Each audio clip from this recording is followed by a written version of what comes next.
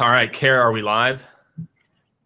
Yeah, is that a thumbs up? All right, cool. What's going on, Jack? How are you, man? Hey, bro. How are you? And doing well. So we're going to talk about closing deals with the government today, which for the first time ever, I have like nothing. Well, I have like something to contribute, but probably like much less than I ever do. For me, I've got this perception, like a lot of people, of I hate selling to the government because, one of the stats that you sent over that I loved is that 80% of government spending does not go out for RFP. I think the common perception, though, is that it's always RFP. It's like, and then you spend all this time and this effort, and then you never win it. So some of the things that I wanted to cover today, I wanted to talk a little bit about, like how you've obviously chose to make this like your jam and start a company around this. Yeah. So, obviously you wouldn't do that if you hated your life, right? Like you wouldn't start a company that's like, man, this is going to be just like pure hell every day. Yeah. So I think I want to talk a little bit about kind of the success that you've seen. What do you see companies that are doing it right? I think that would be really, really interesting. And, for all of you who are joining us now, as usual, please, drop us your questions in the comments. So right now we've already got some questions already starting to come in, which I love. John Child says, "Go Jack, go." Do you know? I do know John. Yeah, that's cheating. Right. Hey, that's all right. I like it. He's giving you the love here. So, if anything that you hear, whether it's me, I'll probably just pontificate on shit, and then you'll tell me I'm wrong. But like, if you guys hear anything you like, make sure to hit the like button or the hand clap. Jack told me he's a big fan of like the light bulb, that he wants to make like all kinds of light bulbs go off. So if you want to sell to government, hit the light bulb button when Jack starts dropping knowledge. Maybe you can toss a like in there, a little heart for me. That makes me feel good on a Monday. Yeah. Yeah, exactly. Especially on a Monday. All right. Adriana also says, "Looking good, Jack." You've got a lot of. I've flooded the room with people. I love it, dude. That's the way to do it. So again, I want us to kind of keep dropping your questions in. When you do have questions about selling to the government, we're already starting to get some good action here. We have almost 100 people already, which is a good kind of start. So, all right, if you had to break it down for me and maybe give me the like couple of minute version, what do you feel like you figured out about government selling that most people either haven't figured out or have preconceived notions around, right? You've closed billions of $1.5 billion with the government, which is amazing. So what do you feel like you've learned through your experience that you feel is applicable to anyone trying to crack into this world? Sure. So let me just say, like most sales reps, I'm completely and totally impatient. So I don't want to have this misnomer. This guy has some character trait that enables him to sell to the government. 100% not true. I'm as impatient as the next type A. So just want to share that with everybody. Yeah. I think what's really interesting is that as I got into the government business, wasn't my plan, but one of the stats that sticks out that you mentioned is that 80% of government spending doesn't go through the bid and RFP process, which is an amazing stat, right? The government spends $7 trillion a year, ton of money, right? And if any of us go to sales training and even like LinkedIn lives like this, it's rarely talked about, like you mentioned, because folks feel like it's onerous and it's just forget it. Right. But there is a way. It's amazing. The government is now really starting to move and act much more like private industry. Now, it's not exactly the same, but it's much, much closer. And literally, you could win a government deal within just a couple of weeks or literally just a couple of days. So it is out there very, very similar to what we do in private industry. And it is becoming more modern and becoming more efficient. But the fact that 80% blew me away, really, when 80% of the government spending doesn't go through bid and RFP, there's so many other ways we can talk about that the government is buying. It enables companies both big and small to kind of jump in without having to commit 6-9 months of their life to the process. So, yeah. So there's that. And so how do you think about understanding this? Because I think a lot of people that sell to the government, and here's kind of some of the things that I know from my experience too. And, we work with lots of companies where, the government might be a part of their business. And so we'll touch that, like, thinking of like LinkedIn's a large client of ours, for example, they have a gov biz. Even for me, in my experience, what has always I felt like been a pain in the ass has been, even when you do get down the road, whether it's with a state government or feds, it always seems like then it turns into an RFP. Like right. And you know, I think there's an old adage, like if you're not the one writing the RFP, like don't spend your time thinking about it. But you know, so I'd love to get your sense around this. So you talk about 80% of government spending doesn't go out for bid. Are there things that people are doing or not doing that's causing RFPs to be written? Are there things that, you know, are there things to look for? Like, how do you think about finding this like non-bid, non-RFP money? You know, sure. Like how does that work? Because I know even for me, like very specifically, I've definitely have my own biases about it from those reasons that like, I feel like that's the one that pisses me off the most. You get X down, you get at the very end and they're like, Jake, actually, you know, or like software company, this is something we do. Now we want to put this out to bid. And it happens in private industry too. It totally happens in private, but I feel like in the government, you're just like, you're waiting for the dreaded 3 letters of RFP to come up at some point. So maybe just talk about, you know, ways to avoid it, how to find these like RFP, you know, related projects. I'd love to hear more about that. Yeah. Well, I want to go back to one thing you said, which is so true. So anyone that's looking at government business, even if you're responding to a bid and RFP, like you just said, typically it's written or the agency has some vendor they already want to use, right? So it's really important, I think, for anybody. If you just go online and you grab one of these searches and you find a government bid and RFP and you want to submit a bid, most of the time they already have an idea of who they want to use, right? So I think I just want everyone in the audience to know that it's, like you said, it's kind of predestined for certain companies. And so although it is kind of open, it's really not. And an agency will typically try to maneuver in a way to get the vendor they want. So really, really important. And we can come back and talk about how maybe to influence that if you want. But the reality is the government folks, as somebody, I spent the beginning of my career actually on the government side. So I used to purchase F-18 fighter jets for the Navy. So I was on that side for the beginning of my career. And what's really interesting, the government folks nor the company really want to go through the bid and RFP process, right? It's painful for everybody. It's very laborious. It's very administratively burdensome. It's just painful. And on the government side, what's really interesting, when they go through that, they might not even get the vendor they want or the price point they want. So the important part for the companies, for us on our side to try to make happen, is that there's all these ways they buy. So there's about 9 of them. And really trying to find as many of those as we can invoke and let the agency know of, because they want to avoid the bid and RFP process too. So for instance, if you have a sole source, right, if there's something you do that's sole source just to you or really unique, and if they put out a bid, they really wouldn't find it, that would be great because then they don't want to go through the process either. Right. And right. So, but another one is a piggyback. So and what's sole source? So, hey, Kara, could you mind, like, I know Jack kind of put these in the notes, maybe copy and paste these into the comments too. So then people will have just like a list of them, like the sole source piggyback. So tell me, so sole source, is this something you position like you're the only person who can provide it? Like you're the sole proprietor of a patent or a process or something? Okay. Right. If it's even a patent or something unique to your area or something that the reality would be theoretically, because there really is no true sole source, right? Let's just be honest. But like an agency wants to use you, if you could say, listen, here's something really unique to us. I have this patent, I have this special process. The theory being, if we put out a bid and RFP, I'd only get 1 or 2 responses anyway.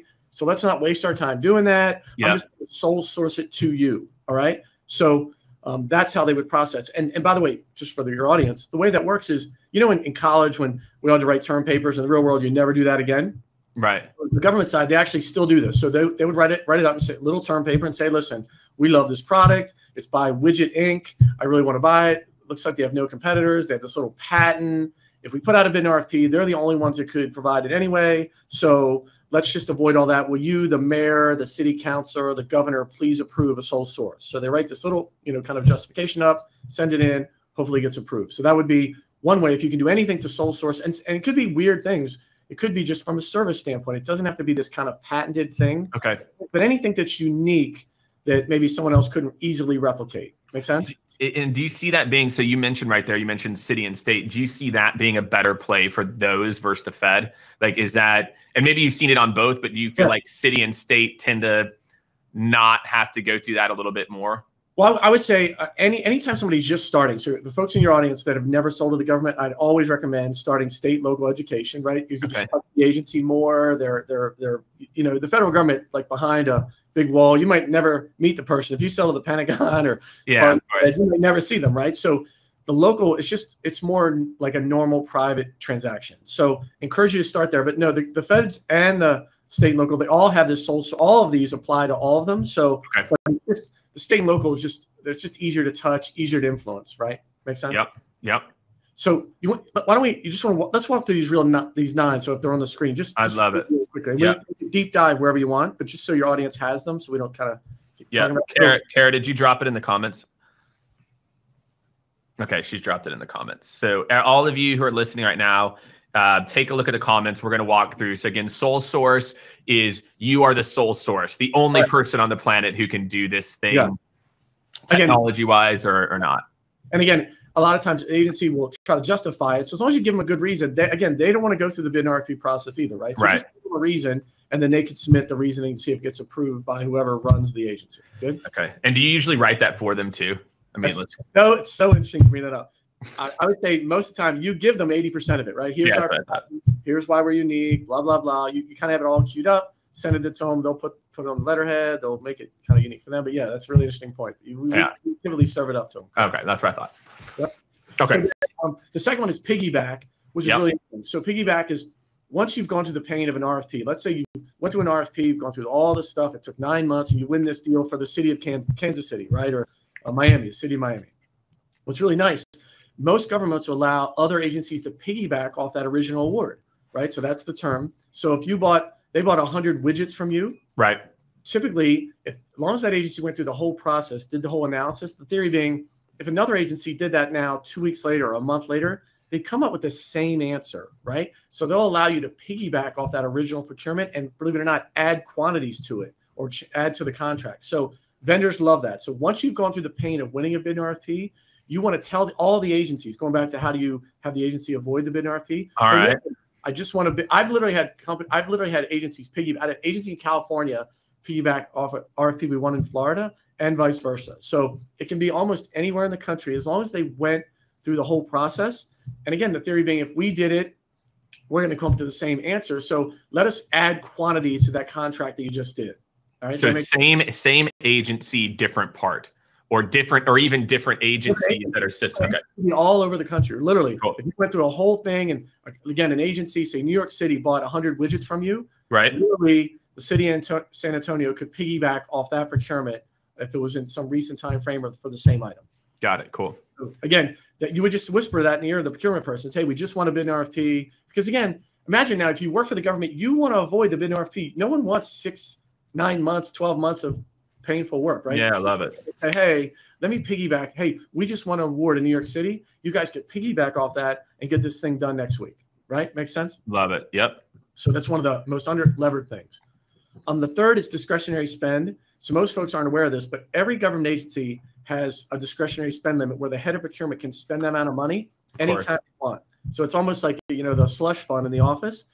It can vary based upon, like, New York City's is higher, the city of Boca Raton much lower, right? So they literally can spend that amount of money at any time they want, and literally every single day. So if the discretionary spend is $10K, they could spend $999 today, $999 this afternoon, $9,999 on Monday. So knowing the discretionary spend, which is tightly held, by the way, you won't see that published.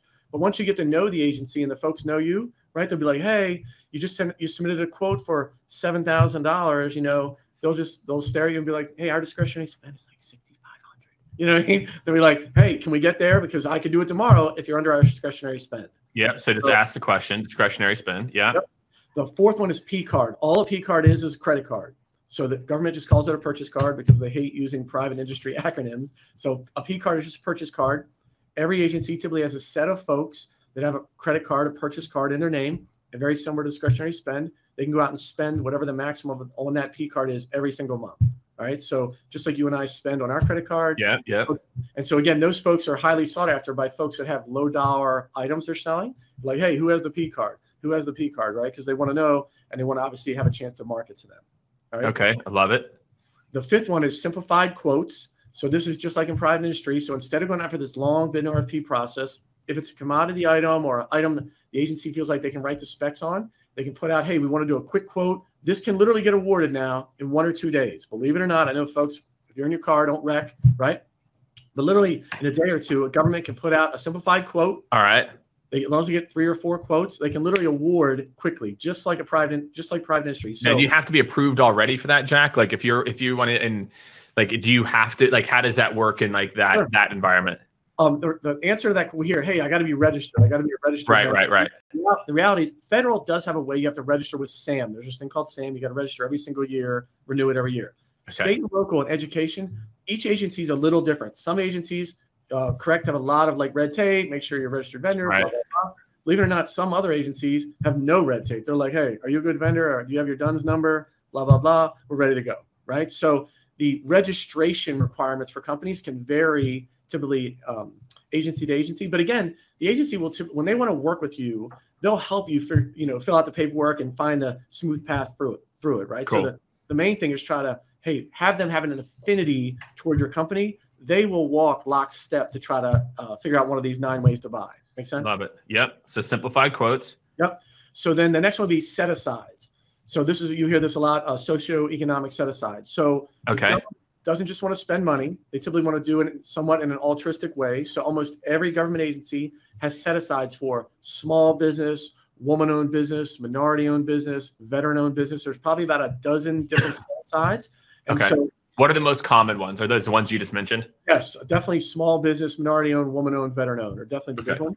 Got it. They'll also have a one, just so folks are aware of, they'll be kind of local. So they'll say, hey, if we're buying it for the city of St. Louis, if we have a chance to purchase from a vendor in St. Louis or outside of St. Louis, we prefer to buy from one in the city limits, right? Keeping the tax dollars in the city limits. So that's also an additional one. But the more for these, the more you qualify for, it can also help you avoid the bid and RFP process, right? Hey, I'm a veteran-owned business. Oh, well, let's set this thing aside for a veteran-owned. And you still may do some bid and RFP work around it, but setting aside then takes away all the most of the competition and greatly enhances your chance of winning the business by far. And a side note, the set aside requirements are typically different for different agencies. So a small business in New York City could be defined very different than it might be. Oh, sure. Right. So you just want to find out from the agency, hey, where's your small business limit? What do I have to do to get classified as a woman-owned business, right? Because for each agency can be a little bit different. Yeah. Okay. Love it. Good. So the last 3 are, so the other one is a GSA contract, GSA schedule. So most folks have heard of this. So GSA is General Services Administration. It's one of the big federal agencies. So what GSA did is, not to bore your folks to tears, but as a backdrop, the GSA saw the federal government buying all these things at different price points. Just say Dell computers, right? They saw the Department of State buying it for $500, the Department of Defense buying the exact same computer for $475, right? Department of State buying it for $610, right? Years ago, and they're like, this is ridiculous. So what they've done is they set up a set of schedules for a lot of the commodity items. There's about 20 GSA schedules, one for computers, one for vehicles, one for office supplies, for commodities. If you're able to get on the GSA schedule, an agency literally can go buy from you right off the GSA schedule, just like we do an e-commerce transaction today. So no delay, no bid and RFP. The government loves that process, much more streamlined. The company loves it because they get constant deals. So if you're on GSA schedule, they can buy something just like you and I do off any type of e-commerce transaction. Love it. And is that primarily the GSA stuff? Is that primarily hard goods? It's really commodities. It really can be anything from, like, again, pens, pencils, tech to vehicles, right? And so whatever is kind of commodity that I can describe can be a line item. I can put down the specs. Right.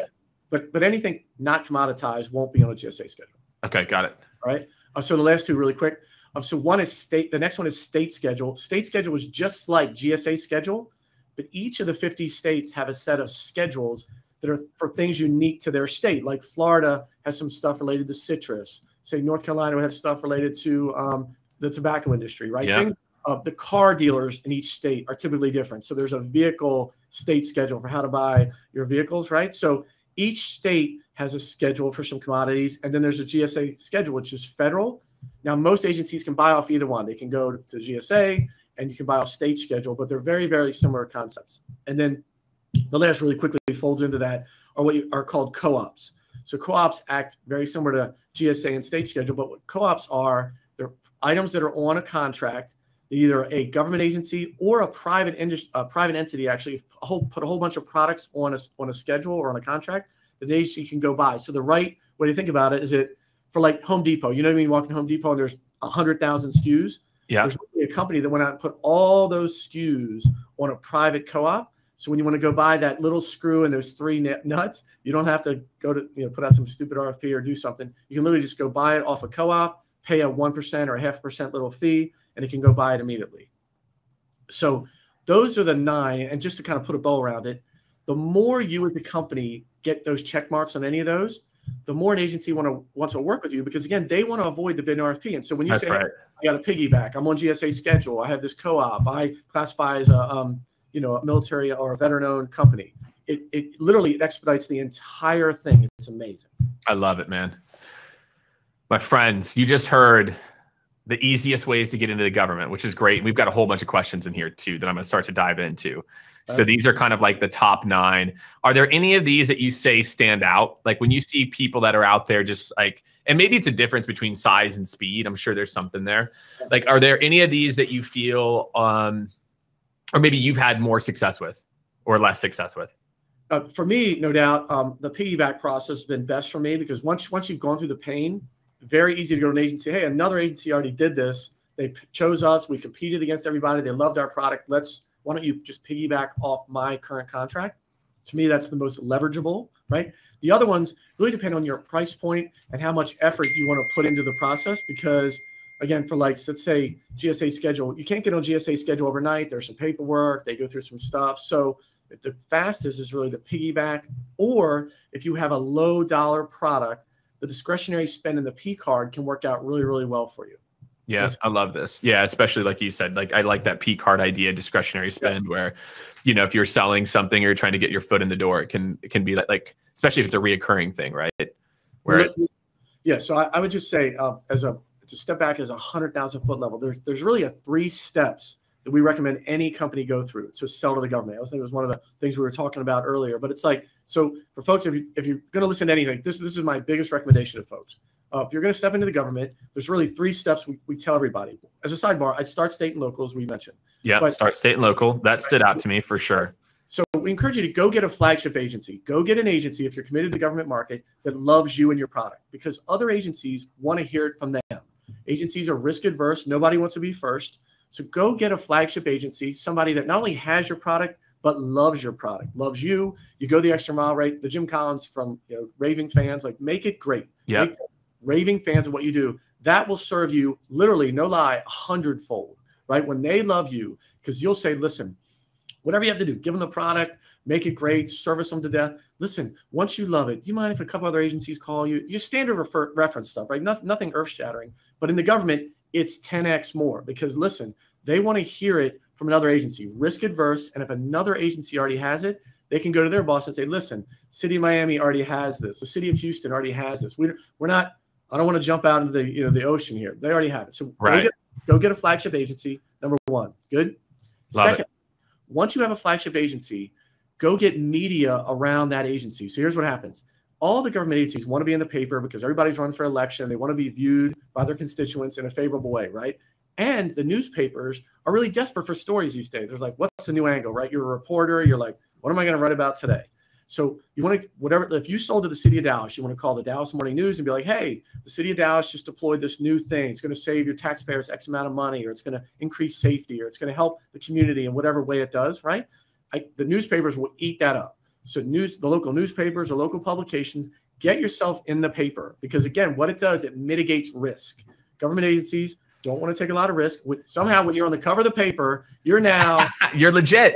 You made it. I made it. I'm in the paper. Yes, they've now vouched for you, and you don't have to say it, because they know you come with, we all come with bias, right? So get a flagship agency, get media for it. Get a couple of media, get PDF it, send it to all. And then the third step, you want to sell, we always say in concentric circles, but circles around that agency. So if you sold to the city of Dallas, there's a large number of agencies around the city of Dallas, because they're like, who has it? Oh, the city of Dallas has it. The city of Richardson has it. The city of Arlington has it, right? Here's back, we were just in the paper 3 weeks ago. Here we are on the cover of the local newspaper, totally risk adverse. Everybody's doing it, right? The government has that Do they have it? We need to get it. They have it. We need to get it. The risk is out of it now. We all need, if you look at it, we all need cameras on the police officers. We all need stoplight cameras. It has that, once somebody does it, ooh, we better get on board. So we call it our flagship model. It's like, hey, go get a flagship agency, whatever you have to do, forget about just make them love you. Go get media around that agency. Typically pretty easy to do. Just takes a little legwork. Get your local reporters, do some stories, get them cover the paper, then sell in circles around that agency, because word of mouth will travel, and you'll create little, if you had a map, you'll see all these little kind of hyper-centric areas where you have all your sales. So really, that model, I promise you, it works to a T. I love it, man. And so it's like a combination of that map model around kind of where you've done this and like where you've done it. And then coupled with something you mentioned too, which is like the piggyback approach too, which is, hey, I've now sold to, the DOT in Texas. Now I can reach out to the DOT in Oklahoma. Yeah. Okay. All right. I get it. This makes sense to me. So we've got a couple questions here. And again, everyone, please keep dropping your questions in here. I've got probably 5 or 6 of them. Kara went ahead and dropped in some of these like top 9, the 3 kind of flagship model here too.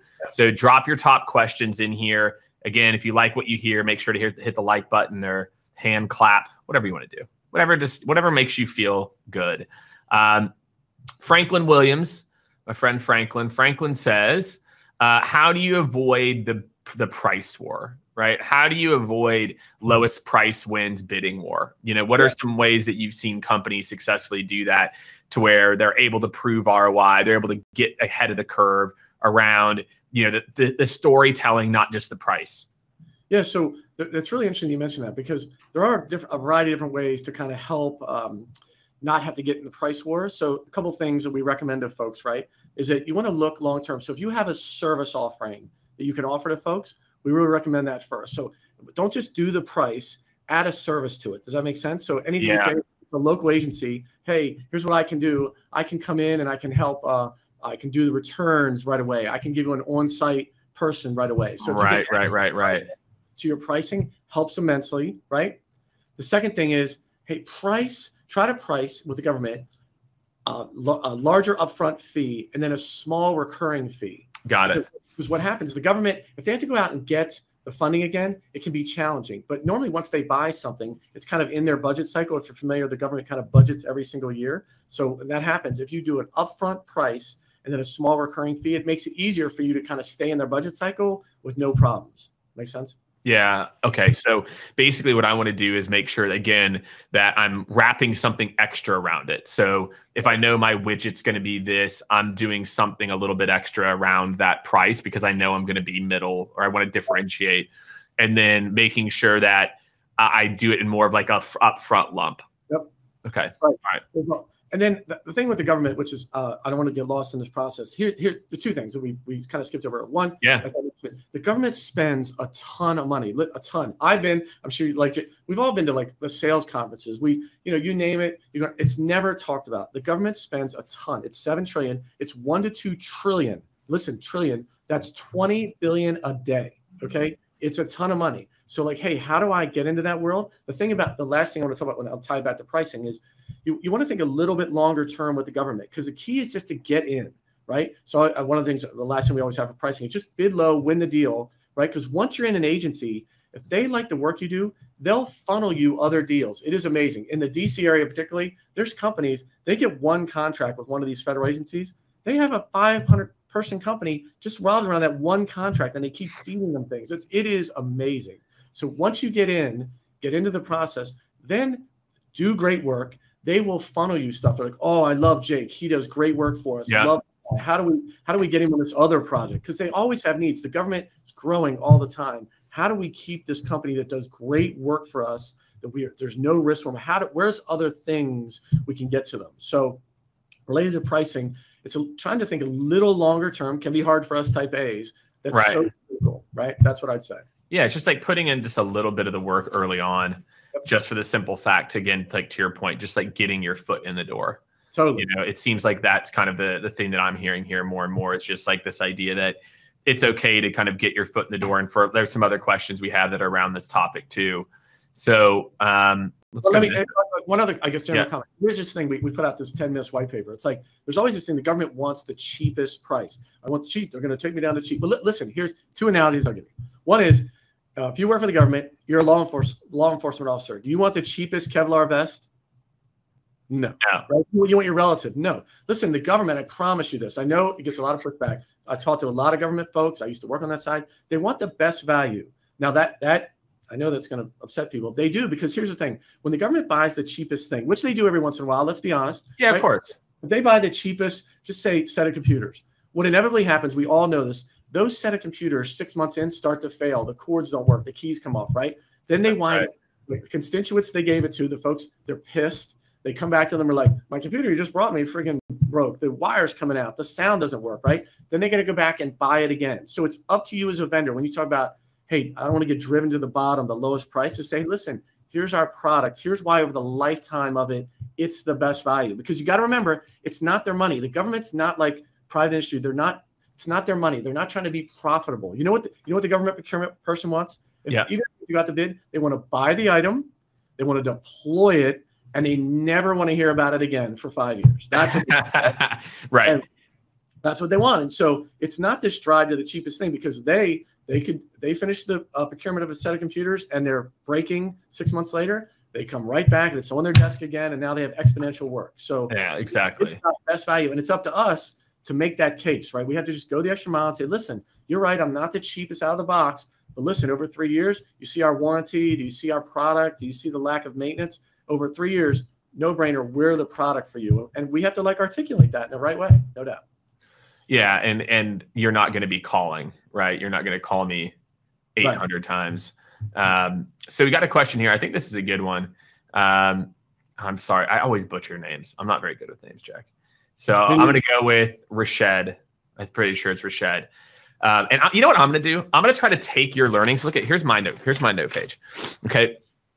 I'm going to try to answer this question based on what you said. And then you can tell me how accurate. So his question is, how do you solicit cloud computing services to government agencies as a tiny software company? So here's my Jack advice in practicality. Right. It would be 1, start local or start at the state. So it would be look for local agencies. You know, I think he's in, let's go see where he is. He is in Marietta, which is basically Atlanta. So Atlanta, obviously, I can only imagine, right? Like Atlanta government spend, I got probably top 10 government in spending. I mean, I'd have to guess Atlanta is huge. Big agencies, yep. So big agencies. So my thought would be you start with Atlanta and Georgia, right? Georgia's doing a lot to even entice more business to come to it. And you try to find one agency within that you feel is like the absolute best fit. Yep. You bid low to win the deal, as low as you don't go too low, right? You want to go quality low, right? Wrap some of your software in services. Yep. So make sure you're going to do the deployment. You're going to do this. It's going to be X, Y, Z. That's it. I love all that. Look, so it's really, that's it. Yeah. All right. What else? All right. What else? What else does he have to do to win it? So I have this. I would just say this: when we're in this stage of just starting, I just want to say, especially the early days, right? Because I know there's a lot of companies, and let's define early days too, because I think a lot of people. I mean, look, a lot of companies, they discredit how big they are. They think they're too small. Like, is there a time it's too early? Maybe let's answer that question too. Is there a time when you're like, man, it's just too early? Nope. Okay. No, you just want to make sure you have some cash flow, right? Because you can't, with the government, you can't always make them. Like, they're going to cut the check when they're going to cut the check. So make sure you have the right cash flow to cover some of your delivery, right? But other than that, no, the government will reward, again, the small businesses. They want the right product or service. So you could be in business 3 months. There's no requirement. So go chase this huge niche market ASAP. That would be my advice. All right. So it's not too small. And you were going to add something else too. Yeah, I was going to say to everybody that's listening, one of the key things is when you're in this early stage, it is just like business 101. It's not gov sales, right? It is like doing your same homework, just like you would like prospect around private industries in Georgia and the Marietta area. Same thing, like, hey, who are the government agencies? Go get the list, reach out to them, send them some of your stuff. Inevitably, there's going to be some that interact with you better, just like in private industry, right? This process early is just like it is in private industry, right? Go talk to a couple agencies, send them your stuff. Inevitably, if you contact 100 agencies in Georgia, 10 of them at least will have you higher affinity toward. That's where you should start. And then, just as you mentioned, Jay, go make one of them a raving fan, make them love you, and it will grow from there. There's no, it's very similar. There's not like, oh, the gov world is so different. Can it be a little harder to get that first meeting? Maybe, but Sure. it's easier to find out who those people are, right? It's like they're all listed on the website. It's in private industry. It's hard to find out who's my decision maker. Yeah, they got probably their email, their direct phone number. Yep. Yeah, I love this, man. All right, this is good. Even anytime I'm taking notes, and I love everyone who we've done this with, but this sailing to me is just, it's super interesting. I'm excited. I went ahead, I tagged my head of sales here and told her to join. I'm like, Jenny, you got to get in the mix here. I need to go. I'm gonna go like. Tell them to call us right after the call. We'll be fine. I'm gonna holler at her like right after this. But it's good, man, because again, I think what you're doing is this idea of state and local. I think this is so interesting because I think so many people, they don't think like that, right? We think we watched War Dogs, or we watched like, you know, right? Everyone has that like set the trend in your space now? Everyone thinks it's War Dogs. Anyone that's not sold to the government, like, hey, that movie, what's that one where the guy the weapons, right? War Dogs comes up every week. I love it, dude. I'm sure it does. You're like, yeah, it's just that easy. Anyway, let's go back to reality here. Okay, so we got a couple more questions here.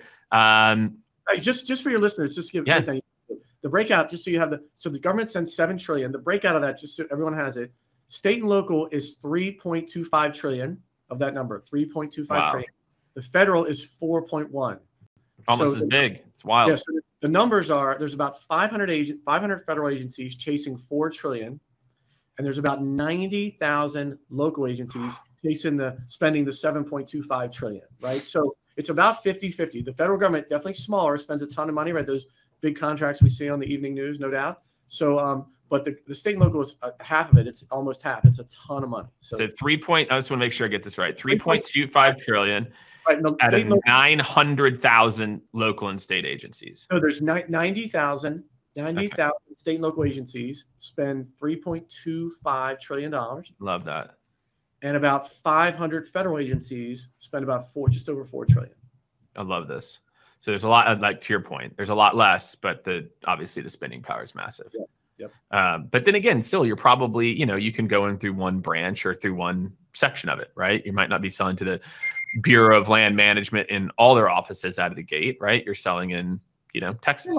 It's just like, again, it's like private selling. Like you'll get your first couple contracts, right? Maybe that's state and local. Can you get to the federal world? You can. Like folks in the DC, Maryland, Virginia area, you may start in that world because they're more accessible to you. But the federal deal, which can be bigger, right? So sometimes they're not always better, but they can be bigger. You can get there, right? But if you're just jumping in, it's just easier to ride down to City Hall, ride to your state capital, and interact with some folks way easier than it is to try to get a meeting with somebody at the federal government, which typically will not happen quickly. All right, we are in Austin, in the capital, so we have to start to implement this right now.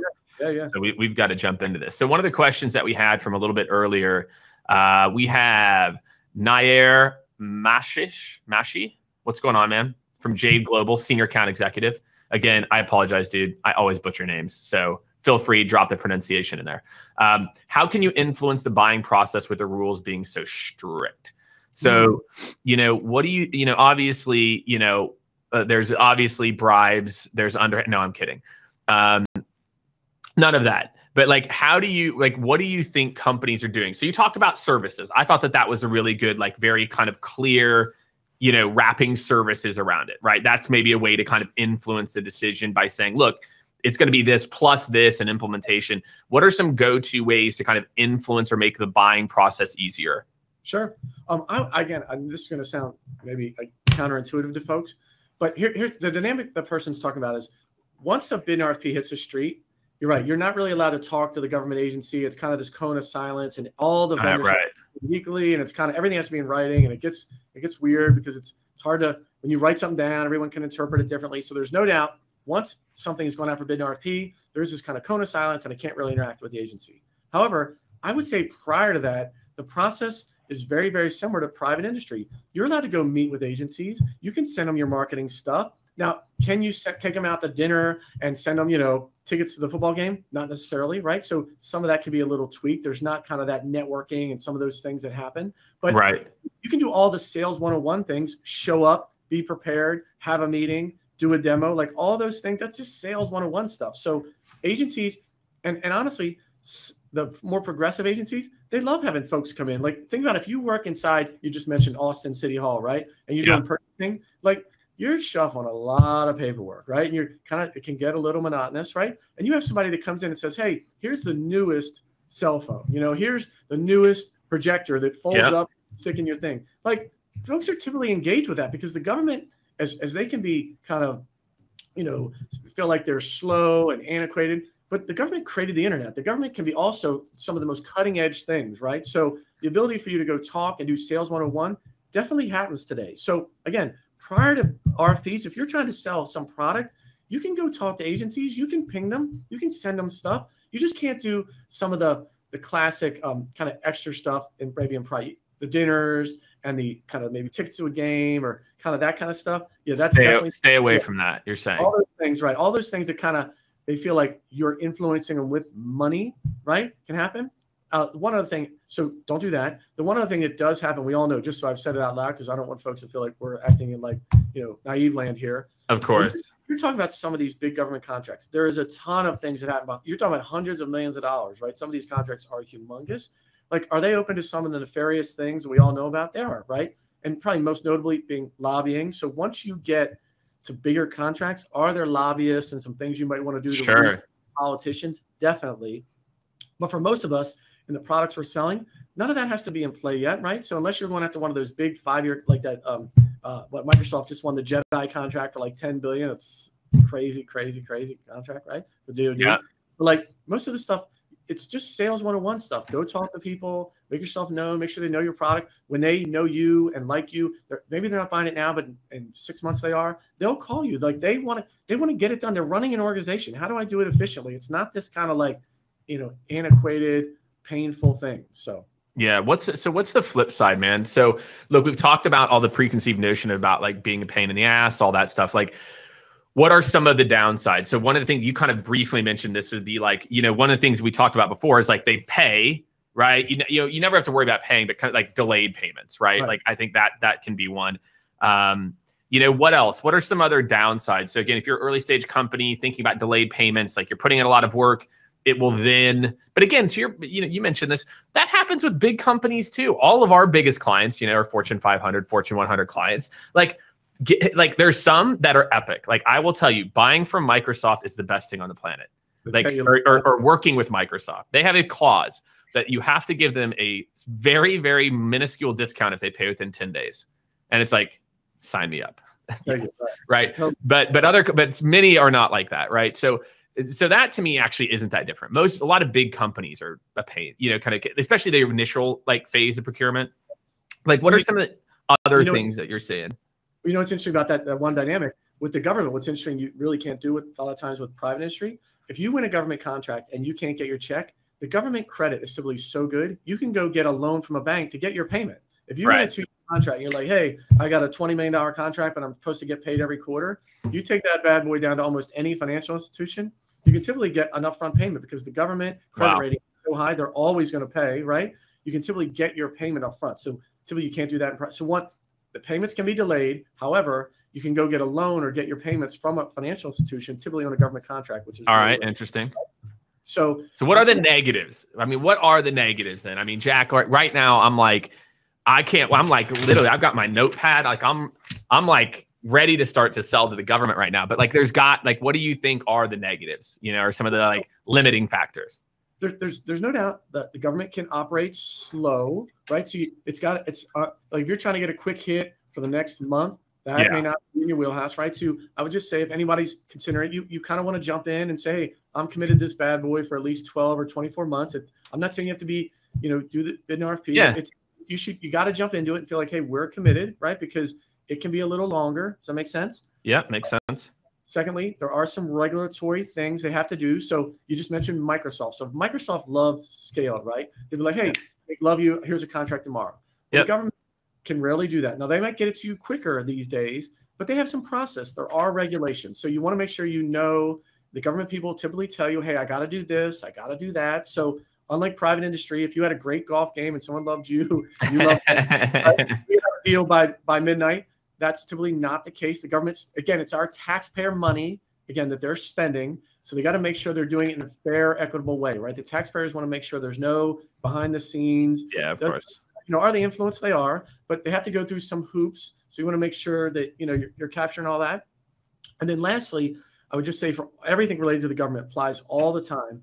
The government is going to be more risk adverse. Yeah. You've got to always remember that. Listen, you've got to always remember they're risk adverse, and you have to do everything you can to take the risk out of it. Because here's what happens. If you work for the government, you typically took less salary and you love your pension, right? You wait to retire, and you get a pension 20 years in, you get a bigger one at 30. Right. Jane Dunlap, my mom, has been working in the federal government now. I think she'll hit her 30. She worked in, where'd she work? She's worked in the BLM for a while, the Bureau of Land Management. So shout out Jane Dunlap, talking government sales. She's so happy. The only way your mom loses her pension if she does something that shows up poorly on the cover of the paper, right? It's like almost a union shop. So you want to make sure with the government, you take the risk out of it, because you could have the best solution. Like you could have a solution that the guy mentioned earlier. You have the best iCloud solution or the cloud solution that decreases any type of viruses. It's totally impenetrable. But if it's the first one and no government agency has it, guess what? Super risky. You know what I mean? Super risky. So you want to whatever you can do to take the risk out of it. Let's get That's right. Use it, utilizing it. Hey, do I have references? Has the media done stories on me? What are things to mitigate the risk? So you always have to focus on that. You can't just have the best solution. You got to walk in and say, this thing kills. It's incredibly good. And guess what? Here's a couple agencies already. It's proven. Yeah. Agencies that are using it, or maybe some mid-size or notable private sector companies that are using it, something, right? Somebody get a big name behind it, mitigate their risk so they do not want to be on cover of the paper. It's like if it's football, I see your Kansas City Chiefs. Yeah. It's like football. The offensive linemen only get mentioned when bad things happen. Procurement people only get mentioned when they pay $400 for a hammer or right. I mean, so it's they just want to stay off the cover of the paper, and they're good. So. All right. I love that. Yeah. Okay. All right. So maybe what not to do is if you're brand new, you don't have it, you know what I mean? You need to be somewhat reputable, right? It sounds like you need some amount of credibility, or, the right investor or something like that. Or an agency that has that problem, right? So the government confronts a lot of things way before private industry with natural disasters or construction issues or other things. So if you have a product that desalts the road 3 times faster than anything that's been out there for the last 5 years, man, the government is all on that, right? So you just got to So what do you think we should do? What about a consultant? I mean, I can get selfish. Why not?